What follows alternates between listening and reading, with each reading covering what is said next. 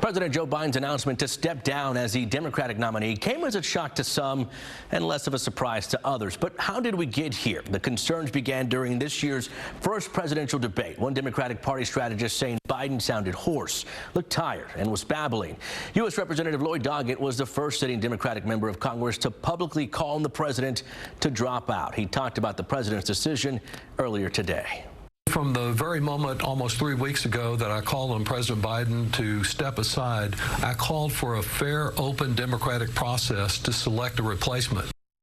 The Biden campaign fighting to prove the president had the necessary mental and physical health to lead the country for a second term. But ultimately, it wasn't enough. Biden announcing today he was dropping out and endorsing Vice President Kamala Harris. Harris thanking President Biden on X, saying, quote, "I am honored to have the president's endorsement, and my intention is to earn and win this nomination." November 5th is just over 3 months away, and many people are wondering what that process will look like. KPRC-2's Gage Goulding joins us now and is answering some of those questions. Gage? Yeah, the big question is who is going to be replacing Joe Biden's spot on the ballot, and more importantly, how does that happen? President Biden already endorsing Vice President Kamala Harris minutes after he dropped out of the race. But here's the deal. She isn't the only one. There are several Democrats that could earn the nomination at the Democratic National Convention in just under a month. And unlike the primary election, you don't have a say. We've never seen a sitting president who is on the verge of being nominated by his party to withdraw from the race. Unprecedented is an understatement. And the process to name a candidate for the Democratic ticket is something we've never seen before in modern politics. I'm severely surprised. The last time a sitting president stepped away from the race, they delivered their announcement on black and white television. I shall not seek,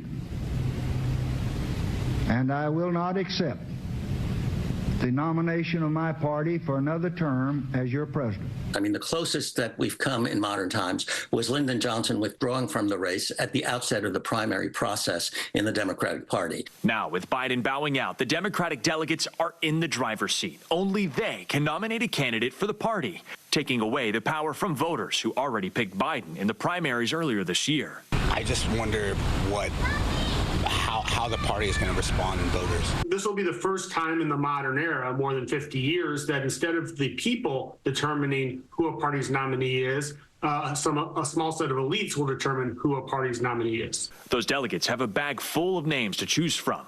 Among the top 5 are governors around the nation, from California to Pennsylvania. So you've got Gretchen Whitmer of Michigan, you've got Pritzker of Illinois, you've got Shapiro of Pennsylvania, you've got Newsom of California, you've got Beshear of Kentucky. Republicans might see Biden dropping out as a clear path to victory. However, analysts and Democrats alike both warn that this could be the beginning of a reorganization for the Democratic Party. Listen, I'm not going to sit here and gaslight folks. I know what the polls say, but it's July. It's still a little early. We haven't had our convention yet, and we're still getting our message out to the American people. Well, I think the Republicans believe that it helps to see the Democrats in disarray. But the question is, will they really be in disarray once they pick a nominee? Now, one question I've seen tossed around is, has this ever happened before? Has a sitting president running for re-election dropped out during an election year? There are 2 instances of Democratic presidents deciding not to run again during an election year. Lyndon B. Johnson and Harry Truman making that decision. The candidates who ran in their place both lost to Republican nominees. Bill? Former President Donald Trump